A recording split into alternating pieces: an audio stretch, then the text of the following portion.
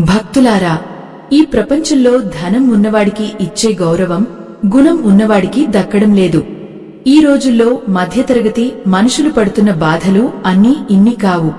నెలాఖరు వస్తే అప్పులవాళ్ల భయం, పిల్లల చదువుల కోసం పడే తపన, ఇంట్లో ఎవరో ఒకరికి అనారోగ్యం, ఇలాంటి సమస్యలతో సతమతమవుతూ అప్పుడప్పుడు దైవం మీద కూడా నమ్మకం కోల్పోయే స్థితికి చేరుకుంటారు. నేను ఇంత కష్టపడుతున్నా నా బతుకు ఎందుకు మారడం లేదు అని మీలో ఎంతమంది కుమిలిపోయారో ఒక్కసారి ఆలోచించండి. మన పురాణాలు ఏం చెబుతున్నాయంటే, కాలం అనేది చక్రం లాంటిది. ఈరోజు కింద ఉన్నవాడు రేపు పైకి వెళ్లడం ఖాయం. కాని ఆ మార్పు వచ్చే వరకు మనం ఎలా ఉండాలి, మనలోని ధైర్యాన్ని ఎలా కాపాడుకోవాలి అన్నదే ఈ కథలోని పరమార్థం. ఈ ఆధ్యాత్మిక రహస్యం మీకు పూర్తిగా అర్థం కావాలన్నా, దైవానుగ్రహం దక్కాలన్నా ఈ వీడియోను ఎక్కడా ఆపకుండా చివరి వరకు చూడండి. అనగనగా ఒక రాజ్యంలో విక్రమసేనుడు అనే రాజు ఉండేవాడు. అతనికి సంపద అంటే ఎంతో గర్వం. తను పుట్టుకతోనే రాజ్యాన్ని పొందానని, తన వద్ద ఉన్న ధనమే తన శక్తి అని అతను బలంగా నమ్మేవాడు. అదే రాజ్యంలో శంభయ్య అనే ఒక పేదవాడు ఉండేవాడు. శంభయ్య పరమ శివభక్తుడు. కాయకష్టం చేసి వచ్చిన కొద్దిపాటి ఆదాయంతోనే తృప్తిగా జీవిస్తూ ఎదుటివారికి సహాయం చేసే గుణం కలవాడు. ఒకానొక సమయంలో ఆ రాజ్యంలో తీవ్రమైన కరువు వచ్చింది. వర్షాలు లేక పంటలు పండక, పశువులకు గడ్డి దొరకక ప్రజలు అల్లాడిపోతున్నారు. శంభయ్య పరిస్థితి ఇంకా దారుణంగా తయారైంది. ఇంట్లో తినడానికి గింజలు లేవు, కనీసం తాగడానికి నీళ్లు కూడా కరువయ్యాయి. తన కష్టం ఎలాగైనా గట్టెక్కాలని రాజుగారి దగ్గరకు వెళ్లి సహాయం అడగాలని నిశ్చయించుకున్నాడు. శంభయ్య పాత బట్టలతో, ఆకలితో మాడిపోయిన మొహంతో రాజదర్బారుకు వెళ్లాడు. రాజు విక్రమసేనుడు అప్పుడు విలాసవంతమైన భోజనం చేస్తున్నాడు. శంభయ్య వినయంగా నమస్కరించి, రాజా, కరువు వల్ల మా బతుకులు చితికిపోయాయి. కనీసం మా పిల్లలకు గంజి నీళ్లైనా పోయడానికి కొంచెం సహాయం చేయండి అని ప్రాధేయపడ్డాడు. రాజు వెటకారంగా నవ్వి, ఓయ్ శంభయ్య, నీకు ఈ దరిద్రం పట్టిందంటే అది నీ కర్మ. నువ్వు పూజించే ఆ దేవుడు నిన్ను కాపాడలేనప్పుడు నేను ఎందుకు కాపాడాలి? సంపద అనేది కేవలం అదృష్టవంతుల దగ్గరే ఉంటుంది. నీలాంటి వాళ్లకు సహాయం చేసి నా ఖజానా ఖాళీ చేసుకోలేను అని అవమానించాడు. సభలో ఉన్నవారంతా శంభయ్యను చూసి నవ్వారు. ఆ అవమానం భరించలేక శంభయ్య కళ్లల్లో నీళ్లు తిరిగాయి. కాని అతను రాజును తిరిగి ఒక్క మాట కూడా అనలేదు. అహంకారం మనిషిని అంధుడిని చేస్తుంది అన్న సామెతను గుర్తు చేసుకుని మౌనంగా అక్కడి నుండి వెనుదిరిగాడు. శంభయ్య తన గుడిసెకు చేరుకుని శివలింగం ముందు కూర్చుని కన్నీరు మున్నీరుగా విలపించాడు. దేవా, నేను అడిగింది నా కోసం కాదు, ఆకలితో అలమటిస్తున్న నా బిడ్డల కోసం. ఆ రాజు నన్ను అవమానించినా పర్వాలేదు, కాని నీ భక్తిని హేళన చేశాడు. కాలం ఎప్పుడైనా మారుతుందా? మా కష్టాలు తీరే మార్గం లేదా అని వేడుకున్నాడు. ఆ రాత్రి శంభయ్యకు ఒక వింత అనుభవం ఎదురైంది. నిద్రలో ఉండగా ఒక తేజోవంతమైన కాంతి అతని గుడిసెను నింపేసింది.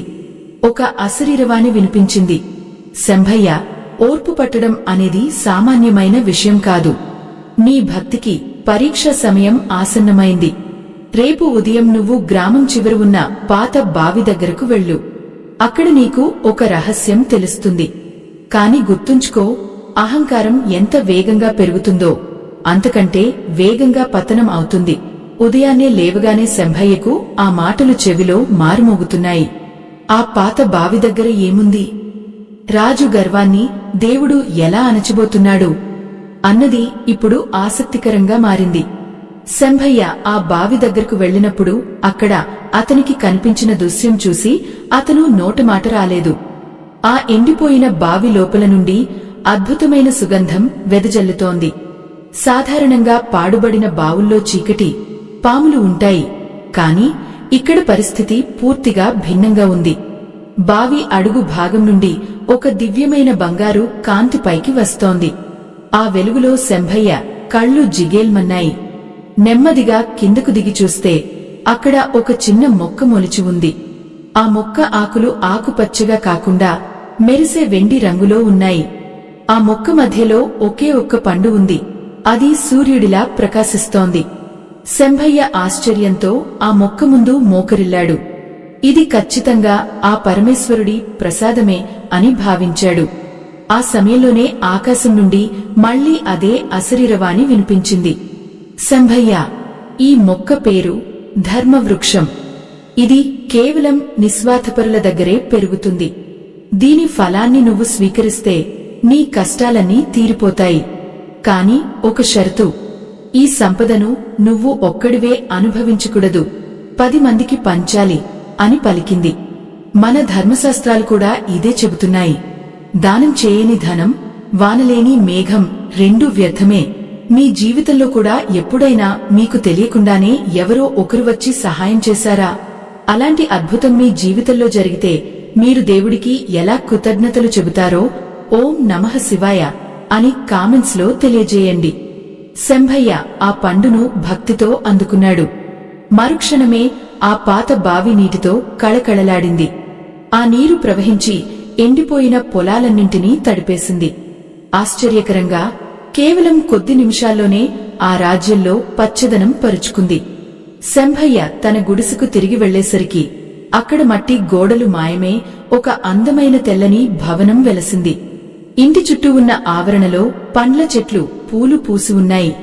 ఇంట్లో ఉన్న కుండలన్నీ ధాన్యంతో నిండిపోయాయి. శంభయ్య కళ్లలో ఆనంద బాష్పాలు రాలాయి. అతను వెంటనే గ్రామంలో ఉన్న పేదవాళ్లందరినీ పిలిచి తన వద్ద ఉన్న ధాన్యాన్ని పంచడం మొదలుపెట్టాడు. ఇక్కడ మనం ఒక అద్భుతమైన పౌరాణిక ఉదాహరణను గుర్తు చేసుకోవాలి. పూర్వం సుమేధుడు అనే ఒక భక్తుడు ఉండేవాడు. అతను తనకు ఉన్న కొద్దిపాటి ఆహారాన్ని కూడా ఆకలితో ఉన్న పక్షులకు, జంతువులకు పంచేవాడు. అతని నిస్వార్థానికి మెచ్చి సాక్షాత్తు ప్రకృతిమాత అతని పెరటిలో ఒక అక్షయ పాత్రను ఉంచింది. ఆ పాత్ర నుండి ఎంత పంచినా తరగని సంపద వచ్చేది. శంభయ్య పరిస్థితి కూడా అలాగే మారింది. అతను పంచే కొద్దీ అతని వద్ద ఉన్న ధాన్యం పెరుగుతూనే ఉంది తప్ప తగ్గలేదు. చెట్టు పండ్లు ఇతరుల కోసం ఇస్తుంది, నది నీటిని ఇతరుల కోసం ఇస్తుంది. అలాగే సజ్జనుడు తన సంపదను ఇతరుల కోసం వినియోగిస్తాడు అనే ఆర్యోక్తి శంభయ్య విషయంలో నిజమైంది. గ్రామంలోని ప్రజలందరూ శంభయ్యను దైవ సమానుడిగా గౌరవించడం మొదలుపెట్టారు. ప్రతి ఇంటికి ఆహారం దొరికింది. ప్రతి ముఖంలోనూ చిరునవ్వు కనిపించింది. కాని ఈ విషయం రాజకోటలో ఉన్న విక్రమసేనుడికి తెలిసింది. తన రాజ్యంలో ఎక్కడో ఒక మూల ఇంత అద్భుతం ఎలా జరిగింది, ఒక పేదవాడి దగ్గరకు సంపద ఎలా వచ్చిందని రాజు ఈర్ష్యతో రగిలిపోయాడు. తన సేవకులను పిలిచి ఆ శంభయ్య దగ్గర ఉన్న రహస్యం ఏంటో తెలుసుకురండి, అవసరమైతే ఆ సంపదను బలవంతంగా లాక్కోండి అని ఆజ్ఞాపించాడు. రాజు అహంకారం మళ్లీ పడగ విప్పింది. దేవుడు ఇచ్చిన వరాన్ని మనిషి బలవంతంగా తీసుకోగలడా? రాజు సైన్యం శంభయ్య ఇంటిని ముట్టడించడానికి సిద్ధమైంది. శంభయ్య తన ఇంటి ముందు ప్రశాంతంగా ధ్యానం చేసుకుంటున్నాడు. అహంకారానికి, భక్తికి మధ్య జరగబోయే ఈ పోరాటంలో గెలుపు ఎవరిది? రాజు సైన్యం శంభయ్య భవనాన్ని సమీపించగానే అక్కడ ఒక ఊహించని వింత పరిణామం చోటు చేసుకుంది. ఆ వింతను చూసిన సైనికులు కదలలేక, మెదలలేక శిలల్లా ఉండిపోయారు. ఆ భవనం చుట్టూ ఒక అదృశ్యమైన కాంతి కవచం ఏర్పడింది. అది దుష్టబుద్ధితో వచ్చేవారిని అడ్డుకుంటోంది. రాజు పంపిన సైన్యం ఆ భవనం మీద దాడి చేయడానికి ప్రయత్నించిన ప్రతిసారీ ఒక వింతైన విద్యుత్ తరంగంలాంటి శక్తి వారిని వెనక్కి నెట్టివేస్తోంది. సైనికులు ఆశ్చర్యంతో, భయంతో వణికిపోతూ వెనక్కి తగ్గారు. విక్రమసేన మహారాజు తన బంగారు రథం మీద అక్కడికి చేరుకుని ఈ దృశ్యాన్ని చూసి ఆగ్రహంతో ఆగిపోయాడు. ఓరే అల్పుడా, నా రాజ్యంలో ఉంటూ నా సైన్యాన్నే అడ్డుకుంటావా? ఈ మాంత్రిక శక్తులు నీకు ఎక్కడి నుంచి వచ్చాయి? ఆ సంపదను నాకు అప్పగించి ప్రాణాలతో బయటపడు, లేదంటే నీ గతి ఏమవుతుందో ఊహించలేవు అని గర్జించాడు. శంభయ్య తన ఇంటి ముందు పీట మీద కూర్చుని కళ్లు మూసుకుని మౌనంగా ధ్యానం చేసుకుంటున్నాడు. రాజు అరుపులకు అతను చలించలేదు. నెమ్మదిగా కళ్లు తెరిచి, మహారాజా, ఇది మంత్రతంత్రాల వల్ల వచ్చింది కాదు, ఇది ధర్మం వల్ల కలిగిన రక్షణ. మీరు అహంకారాన్ని వదిలి ప్రజల కష్టాలను గుర్తించిన రోజున ఈ కవచం తనకు తానుగా తొలగిపోతుంది. అప్పటి వరకు ఏ శక్తి ఈ ఇంటిని తాకలేదు అని బదులిచ్చాడు. మిత్రులారా, నిజ జీవితంలో కూడా మనకు మంచి జరుగుతున్నప్పుడు చూసి ఓర్వలేక కుళ్ళుకునేవారు చాలామంది ఉంటారు. మన ఎదుగుదలకు అడ్డుకట్ట వేయాలని చూసే గర్వించిన వ్యక్తులను మనం కూడా ఎదుర్కొంటూనే ఉంటాం. మీలో ఎంతమంది ఇలాంటి వివక్షను ఎదుర్కొని దేవుడి మీద భారమేసి గెలిచారో ఓం నమః శివాయ అని కామెంట్స్ లో తెలియజేయండి. రాజుకు శంభయ్య సమాధానం ఒక సవాలులా అనిపించింది. తన అహంకారం దెబ్బతిన్నదని భావించిన రాజు తన నడుముకున్న కత్తిని తీసి ఆ కాంతి కవచం మీద బలంగా కొట్టాడు. కాని చిత్రం ఏమిటంటే ఆ కత్తి కాంతిని తాకగానే 1000 ముక్కలే నేలపాలైంది. రాజు చేతికి స్వల్పంగా గాయమైంది. ఎంత ధైర్యం నీకు, నా కత్తినే విరగొడతావా అంటూ అక్కడి నుండి వేగంగా తన కోటకు వెళ్లిపోయాడు. ఇక్కడ మనం ఒక పురాణగాథను స్మరించుకోవాలి. పూర్వం అంబరీషుడు అనే ఒక పరమభక్తుడు ఉండేవాడు. అతని భక్తిని పరీక్షించడానికి దుర్వాస మహర్షి వచ్చాడు. తన తపోశక్తితో ఒక భూతాన్ని సృష్టించి అంబరీషుడి మీదకు పంపాడు. కాని అంబరీషుడు విష్ణు భక్తుడు కావడం వల్ల సాక్షాత్తు సుదర్శన చక్రం వచ్చి ఆ భూతాన్ని అంతం చేసి దుర్వాసుడినే వెంటాడింది. అంటే నిజమైన భక్తికి దైవం రక్షణగా నిలుస్తుంది. విక్రమసేనుడు మాత్రం ఈ పరమార్థాన్ని గ్రహించలేదు. రాజు ఆ రాత్రి నిద్రపోలేదు. తన అధికారాన్ని ధిక్కరించిన ఆ పేదవాడిని ఎలాగైనా నాశనం చేయాలని నిశ్చయించుకున్నాడు. రాజ్యం వెలుపల ఒక శ్మశానంలో నివసించే కాలభైరవ అనే క్షుద్ర మంత్రగాడిని కలిశాడు. ఆ మంత్రగాడు భయంకరమైన రూపంతో ఎర్రటి కళ్లతో రాజును చూసి నవ్వి, రాజా, ఆ భవనంలో ఉన్నది సామాన్యమైన శక్తి కాదు. కాని నా వద్ద ఉన్న ఈ నల్లటి భస్మం దాన్ని ధ్వంసం చేయగలదు. అయితే ఒకటి గుర్తుంచుకో, దైవశక్తిని ఎదిరిస్తే తిరుగుబాటు తప్పదు అని హెచ్చరించాడు. మరుసటి రోజు ఉదయం సూర్యుడు ఉదయించకముందే రాజు ఆ భస్మంతో శంభయ్య ఇంటి దగ్గరకు చేరుకున్నాడు. గాలిలో ఒక రకమైన ఆందోళన కనిపిస్తోంది. పక్షులు అరుస్తూ ఆకాశంలో ఎగురుతున్నాయి. రాజు ఆ భస్మాన్ని చేతిలోకి తీసుకుని శంభయ్య భవనం మీదకు విసిరబోయాడు. సరిగ్గా అదే క్షణంలో ఆకాశం ఒక్కసారిగా మేఘావృతమైంది. పగలే రాత్రిలా చీకటి కమ్ముకుంది. ఉరుములు, మెరుపులు భూమిని వణికిస్తున్నాయి. అప్పుడు శంభయ్య ఇంటి లోపల నుండి ఒక వింతైన గొంతు వినిపించింది. అది శంభయ్య గొంతు కాదు. ఆ శబ్దం వినగానే రాజు గుండె జారిపోయింది. రాజు విసిరిన ఆ భస్మం గాలిలోనే ఆగిపోయి తిరిగి రాజు మీదకి పడటం మొదలైంది. అసలు ఆ ఇంటి లోపల ఎవరున్నారు? రాజు వేసిన తప్పటడుగు అతన్ని ఏ పాతాళానికి తీసుకెళ్తుంది? ఆ భస్మం రాజుమీద పడితే అతను ఏమవుతాడు? కథలోని ఈ మలుపు ఊహాతీతం. ఆ నల్లటి భస్మం గాలిలో గిరగిర తిరుగుతూ ఒక సుడిగుండంలా మారి నేరుగా విక్రమసేన మహారాజును చుట్టుముట్టింది. క్షణాల్లో ఒక వింత జరిగింది. రాజు ధరించిన పట్టు వస్త్రాలు మురికి గుడ్డలుగా మారిపోయాయి. అతని ఒంటిమీద ఉన్న బంగారు ఆభరణాలు ఇనుప గొలుసులుగా మారి కింద పడిపోయాయి. అంతవరకు గర్వంతో విర్రవీగిన రాజు ఇప్పుడు అచ్చం ఒక బిచ్చగాడిలా కనిపిస్తున్నాడు. అతని సైన్యం ఈ వింతను చూసి భయంతో పారిపోయింది. నేను రాజును, నన్ను ఇలా ఎలా చేస్తావు అని విక్రమసేనుడు కేకలు వేశాడు. కాని అతని గొంతులో పాత గాంభీర్యం లేదు, కేవలం వణుకు మాత్రమే మిగిలింది. సరిగ్గా అదే సమయంలో శంభయ్య తన ఇంటి నుండి బయటకు వచ్చాడు. అతని ముఖంలో కోపం లేదు, కేవలం జాలి మాత్రమే ఉంది. మిత్రులారా, మనం కూడా జీవితంలో ఒక్కోసారి ఎదుటివారిని తక్కువ చేసి చూస్తాం. మన దగ్గర ఉన్న డబ్బు చూసుకుని ఏమీ లేని వారిని అవమానిస్తాం. కాని గుర్తుంచుకోండి, కాలం అనేది అందరికీ ఒకేలా ఉండదు. ఈరోజు మనం పైన ఉన్నామని గర్వపడితే రేపు కాలం మనల్ని కిందకు నెట్టడానికి ఎంతో సమయం పట్టదు.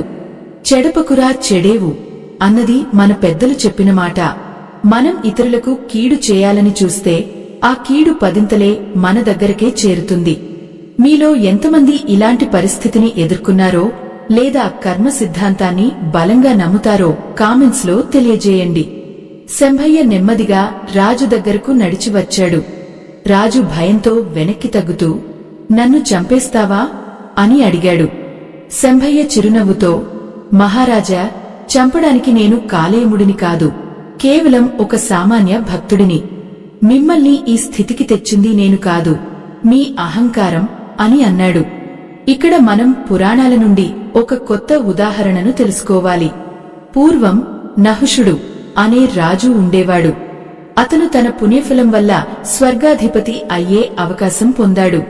కాని అధికారం తలకెక్కడంతో సప్తఋషులను తన పల్లకి మోయమని ఆదేశించాడు. అంతేకాకుండా సర్ప సర్ప, త్వరగా త్వరగా అంటూ ఒక ఇషుని కాలితో తన్నాడు. ఆ అహంకారానికి ఫలితంగా అతను భూమి మీద పాముగా పడిపోవాల్సి వచ్చింది. ఎంతటి గొప్పవారైనా అహంకారాన్ని పెంచుకుంటే పతనం తప్పదు. విక్రమసేనుడు కూడా ఇప్పుడు అలాగే శూన్యంలోకి చూస్తున్నాడు. తన రాజభవనం దూరంగా కనిపిస్తోంది, కాని అక్కడికి వెళ్లే ధైర్యం అతనికి లేదు. ఎందుకంటే తను ఒక పేదవాడిని అవమానించిన తీరు ప్రజలందరికీ తెలిసిపోయింది. శంభయ్య రాజుకు తన ఇంట్లో ఉన్న మంచినీటిని ఇచ్చి, మహారాజా, ఈ కరువు కేవలం భూమికి మాత్రమే కాదు, మీ మనసుకు కూడా పట్టింది. సంపద అనేది పరుల కోసం వాడినప్పుడే దానికి విలువ ఉంటుంది. మీరు ఇప్పటికైనా మారితే ఈ శాపం నుండి విముక్తి పొందే అవకాశం ఉంది అని చెప్పాడు. రాజు కళ్లలో నీళ్లు తిరిగాయి. తన తప్పును తెలుసుకున్నాడు. కాని ఆ మార్పు నిజమేనదా లేక ప్రాణ భయంతో వచ్చినదా? కాలం అతనికి ఇంకేం పాఠాలు నేర్పబోతోంది? అహంకారం తగ్గిన క్షణమే మనిషికి అసలైన వెలుగు కనిపిస్తుంది.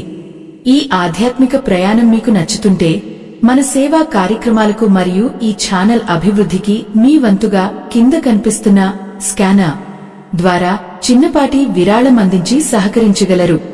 మీ సహాయం మరెందరికో ఉపయోగపడుతుంది. శంభయ్య మాటలు విన్న రాజు తన తల వంచుకున్నాడు. నేను చేసిన పాపం చాలా పెద్దది శంభయ్య. నిన్ను ఆకలితో మార్చాను, నీ దైవాన్ని హేళన చేశాను. ఇప్పుడు నాకు ఏ శిక్ష వేసినా తక్కువే అని ఏడ్చాడు. అప్పుడు శంభయ్య అతన్ని ఒక రహస్య ప్రదేశానికి తీసుకువెళ్లాడు. ఆ ప్రదేశంలో రాజు ఎప్పుడు చూడని ఒక వింత దృశ్యం కనిపించింది. ఆ దృశ్యం చూసిన తర్వాత రాజు జీవితమే మారిపోయింది. అసలు ఆ రహస్య ప్రదేశంలో ఏముంది? శంభయ్య రాజుకు ఏ పరమార్థాన్ని చూపించాడు? శంభయ్య రాజును ఒక దట్టమైన అడవి గుండా తీసుకెళ్లి అక్కడ ఉన్న ఒక అద్భుతమైన లోయను చూపించాడు. ఆ లోయ మొత్తం దివ్యమైన కాంతితో నిండిపోయి ఉంది. అక్కడ ఉన్న గాలిలో ఒక రకమైన ప్రశాంతత, సుగంధం వెదజల్లుతోంది. లోయ మధ్యలో ఒక పెద్ద సరోవరం ఉంది. దాని నీరు స్ఫటికంలా మెరుస్తోంది. ఆ సరోవరం ఒడ్డున వేలాది మంది ప్రజలు ఎంతో సంతోషంగా, ఏ భయం లేకుండా గడుపుతున్నారు. వారి ముఖాల్లో ఒక వెలుగు ఉంది. ఆ వెలుగు రాజు కోటలో ఉన్న ధనవంతుల ముఖాల్లో కూడా ఎప్పుడూ చూడలేదు. అక్కడ ఆకలి లేదు, దాహం లేదు, కేవలం ప్రేమ మాత్రమే ఉంది. శంభయ్య రాజుతో ఇలా అన్నాడు, మహారాజా, మీరు గమనించారా? ఇక్కడ ఉన్న ప్రజలంతా ఒకప్పుడు మీ రాజ్యంలో కష్టాలు పడినవారే. మీ అహంకారం వల్ల, మీ నిర్లక్ష్యం వల్ల ప్రాణాలు కోల్పోయిన వారు కూడా ఇక్కడ సుఖంగా ఉన్నారు. ఇది ధర్మం అనే విత్తనం నుండి పుట్టిన ఒక దివ్యలోకం. భూలోకంలో మనం చేసే ప్రతి పనికి ఇక్కడ ఒక ప్రతిబింబం ఉంటుంది. మిత్రులారా, ఈ రోజుల్లో మనం కేవలం సంపాదన కోసమే పరిగెత్తుతున్నాం. పక్కవాడు ఎలా ఉన్నా మనకు అనవసరం అనే స్థితికి చేరుకున్నాం. కాని గుర్తుంచుకోండి, మనం చనిపోయినప్పుడు మన వెంట వచ్చేది మన బంగారం కాదు, మనం చేసిన పుణ్యం మాత్రమే. పరోపకారార్థం ఇదం శరీరం అని మన ధర్మశాస్త్రాలు ఘోషిస్తున్నాయి. ఈ శరీరం ఇతరులకు ఉపయోగపడటానికే దేవుడు ఇచ్చాడు. మన మధ్యతరగతి జీవితాల్లో కూడా మనం అప్పుడప్పుడు పొరుగువారికి సహాయం చేస్తాం. ఆ సమయంలో కలిగే ఆత్మీయత కోట్లకు సమానం. మీ జీవితంలో కూడా ఎప్పుడైనా ఎవరికైనా చిన్న సహాయం చేసి వారి కళ్లలో ఆనందాన్ని చూసి మీరు గర్వపడ్డారా? ఆ అనుభవాన్ని నిజమైన ఆనందం అని కామెంట్స్ లో మాతో పంచుకోండి. మీ ప్రతిస్పందన మా ఆధ్యాత్మిక ప్రయాణానికి ఎంతో బలాన్నిస్తుంది. రాజు ఆ దృశ్యాన్ని చూసి నిశ్చేష్టుడయ్యాడు. తనకున్న అధికారం, సైన్యం, కండబలం ఈ అద్భుతమైన శాంతి ముందు ఎంత విలువలేనివో అతనికి స్పష్టంగా అర్థమైంది. ఇక్కడ మనం ఒక విశేషమైన పౌరాణిక గాథను గుర్తు చేసుకోవాలి. పూర్వం మహారాజా రంతిదేవుడి కథ మనకు ఒక గొప్ప పాఠం నేర్పుతుంది. రంతిదేవుడు తన సర్వస్వాన్ని దానం చేసి చివరకు తను కూడా 48 రోజులు ఆహారం, నీరు కూడా లేకుండా ఉపవాసం ఉన్నాడు. సరిగ్గా అతను భోజనం చేద్దామనుకునే సమయానికి ఒక ఆకలితో ఉన్న వ్యక్తి, ఒక చండాలుడు, ఒక దాహంతో ఉన్న కుక్క వచ్చి ఆహారం అడిగాయి. రంతిదేవుడు ఏమాత్రం ఆలోచించకుండా తన ప్రాణాల మీద తీపిని కూడా వదులుకుని తన వద్ద ఉన్న నీటిని, ఆహారాన్ని వారికి ఇచ్చివేశాడు. ఆ నిస్వార్థానికి మెచ్చి సాక్షాత్తు త్రిమూర్తులు ప్రత్యక్షమే అతనికి మోక్షాన్ని ఇచ్చారు. శంభయ్య రాజుకు చూపిస్తున్న మార్గం కూడా అదే. స్వార్థం లేని సేవయే దైవత్వం. రాజు కళ్ళు తెరుచుకున్నాయి. తను రాజ్యంలో నిర్మించిన జైళ్లు, పెట్టిన పన్నులు, పేదవారిపై చేసిన అకృత్యాలు ఎంతటి అపరాధాలో గ్రహించి కన్నీరు మున్నీరుగా విలపించాడు. శంభయ్య, నా తప్పు తెలుసుకున్నాను. నాకు ఈ రాజకీయం వద్దు, ఈ కిరీటం వద్దు. నేను కూడా నీలాగే భక్తుడిగా మారి ఇక్కడే ఉండిపోతాను. ఈ అశాంతి నుండి నాకు విముక్తి కలిగించు అని రాజు ప్రార్థించాడు. అప్పుడు శంభయ్య నెమ్మదిగా నవ్వి, మహారాజా, బాధ్యత నుండి పారిపోవడం ధర్మం కాదు. మీరు మళ్లీ రాజుగా మారి మీ రాజ్యాన్ని ఈ లోయలాగా మార్చాలి. ఆ అహంకారం అనే ముసుగును తొలగించి ప్రజలను ప్రేమించాలి. అప్పుడే ఈ సృష్టి మిమ్మల్ని నిజమైన చక్రవర్తిగా గుర్తిస్తుంది అన్నాడు. రాజు సమ్మతించి వెనుదరగబోతుంటే అక్కడ అతనికి ఒక షాకింగ్ దృశ్యం కనిపించింది. ఆ లోయ చివరన ఒక పెద్ద శిలా విగ్రహం ఉంది. ఆ విగ్రహం మరెవరిదో కాదు, స్వయంగా విక్రమసేన మహారాజుదే. కాని ఆ విగ్రహం కళ్ళు మూసుకుని మరణించినట్లుగా చెక్కబడి ఉంది. ఆ విగ్రహం పాదాల దగ్గర అహంకారానికి అంతం ఇక్కడే అని రాసి ఉంది. అసలు రాజు బ్రతికే ఉన్నాడా, లేక ఇది అంతా ఒక ఆత్మ ప్రపంచమా? ఆ విగ్రహం వెనుక ఉన్న రహస్యం ఏమిటి? ఈ క్లైమాక్స్ మీ ఊహకు అందదు. ఈ మలుపు చూసిన రాజు స్పృహ తప్పి కింద పడిపోయాడు. అతను కళ్ళు తెరిచేసరికి తను ఎక్కడ ఉన్నాడు? శంభయ్య అతన్ని ఎలా రక్షించాడు? రాజు తన రాజ్యాన్ని ఎలా తిరిగి పొంది ధర్మాన్ని ఎలా స్థాపించాడు అన్నది కథలోని అత్యంత ఉద్వేగభరితమైన చివరి భాగంలో చూద్దాం. ఈ కథలోని చివరి రహస్యం మీ జీవితాన్ని మార్చేస్తుంది. అసలు ఆ విగ్రహం వెనుక ఉన్న మర్మం ఏమిటో తెలుసుకోవడానికి సిద్ధంగా ఉండండి. విక్రమసేన మహారాజు కళ్ళు తెరిచేసరికి తను ఆ లోయలో లేడు, శ్మశానంలో లేడు. సరిగ్గా శంభయ్య గుడిసె ముందు ఉన్న వేప చెట్టు కింద పడుకుని ఉన్నాడు. సూర్యకిరణాలు సువర్ణవర్ణంలో అతని మొహాన్ని తాకుతున్నాయి. చుట్టూ ఉన్న వాతావరణం ఎంతో ప్రశాంతంగా వెలుగుతో నిండి ఉంది. ఇది V40 బ్రైట్ మోడ్ లాంటి అద్భుతమైన దివ్యకాంతి. అంతవరకు తను చూసింది కల కాదు, ఒక ఆధ్యాత్మిక అనుభవం అని అతనికి అర్థమైంది. ఆ శిలా విగ్రహం మరేదో కాదు, అతనిలోని పాత అహంకారం చనిపోయిందని చెప్పడానికి ఒక సంకేతం. గర్వం నశించిన చోటే వినయం పుడుతుంది. రాజు వెంటనే లేచి ఎదురుగా ఉన్న శంభయ్య పాదాలకు నమస్కరించాడు. ఒక చక్రవర్తి సామాన్య పేదవాడి కాళ్లపై పడటం చూసి ఊరి జనం ఆశ్చర్యపోయారు. కాని రాజు మనసు ఇప్పుడు నిర్మలమైన ఆకాశంలా ఉంది. శంభయ్య, నాకు కళ్ళు తెరిపించావు. ఈ రాజ్యం నాది కాదు, ప్రజలది. ఈ సంపద నాది కాదు, దైవానిది అని కన్నీళ్లతో పలికాడు. భక్తులారా, ఈ కథ ద్వారా మనం తెలుసుకోవాల్సింది ఒక్కటే: కాలం ఎప్పుడూ ఒకేలా ఉండదు. ఈరోజు మనం ఉన్నత స్థితిలో ఉండవచ్చు, కాని అది మన శాశ్వత ఆస్తి కాదు. ధర్మో రక్షతి రక్షితః అంటే మనం ధర్మాన్ని కాపాడితే ఆ ధర్మమే మనల్ని అన్ని ఆపదల నుండి కాపాడుతుంది. మన ధర్మశాస్త్రాల్లో ఒక అద్భుతమైన ఉదాహరణ ఉంది. పూర్వం శుక్లాంబరుడు అనే రాజు ఉండేవాడు. అతను తను చేసిన యజ్ఞయాగాదుల వల్ల స్వర్గానికి వెళ్లారు. కాని అక్కడ కూడా తన గొప్పలు చెప్పుకోవడం వల్ల కిందకు పడిపోవాల్సి వచ్చింది. అప్పుడు అతను ఒక జ్ఞానిని కలిసి తన తప్పు తెలుసుకుని నిరాడంబరంగా జీవించడం వల్ల మళ్లీ ఉన్నత స్థితిని పొందాడు. అంటే మనిషికి గర్వం అనేది గోతిని తవ్వుతుంది, వినయం అనేది గోపురాన్ని నిర్మిస్తుంది. మీ జీవితంలో కూడా గర్వం వల్ల ఏదైనా కోల్పోయి తర్వాత బాధపడిన సందర్భాలు ఉన్నాయా? అయితే మీ అనుభవాన్ని కామెంట్స్ లో తెలియజేయండి. ఈ కథలోని క్లైమాక్స్ చూసే ముందు ఒక చిన్న విన్నపం. మన ఛానల్ ద్వారా ఇలాంటి మరెన్నో నీతి కథలను, ఆధ్యాత్మిక రహస్యాలను మీ ముందుకు తీసుకురావడానికి మేము నిరంతరం కృషి చేస్తున్నాం. సమాజంలో మంచిని పెంచే ఈ ప్రయాణంలో మీరు కూడా భాగస్వాములు కావాలనుకుంటే కింద కనిపిస్తున్న స్కానర్ ద్వారా మీ శక్తి మేరకు చిన్నపాటి విరాళం అందించి మాకు అండగా నిలవండి. మీ ప్రోత్సాహం మాకు ఎంతో విలువైనది. విక్రమసేన మహారాజు ఆ రోజే తన కోటకు వెళ్లి ఖజానా తలుపులు తెరిపించాడు. కరువుతో ఉన్న ప్రతి ఒక్కరికి ధాన్యం, ధనం పంపిణీ చేశాడు.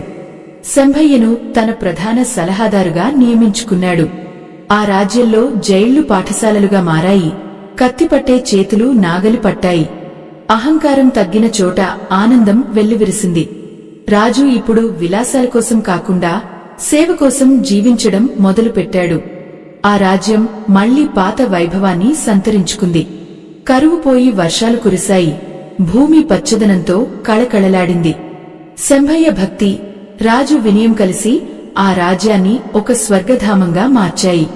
కాలం మారవచ్చు, కాని మనం చేసే మంచి పని ఎప్పటికీ మనతోనే ఉంటుంది.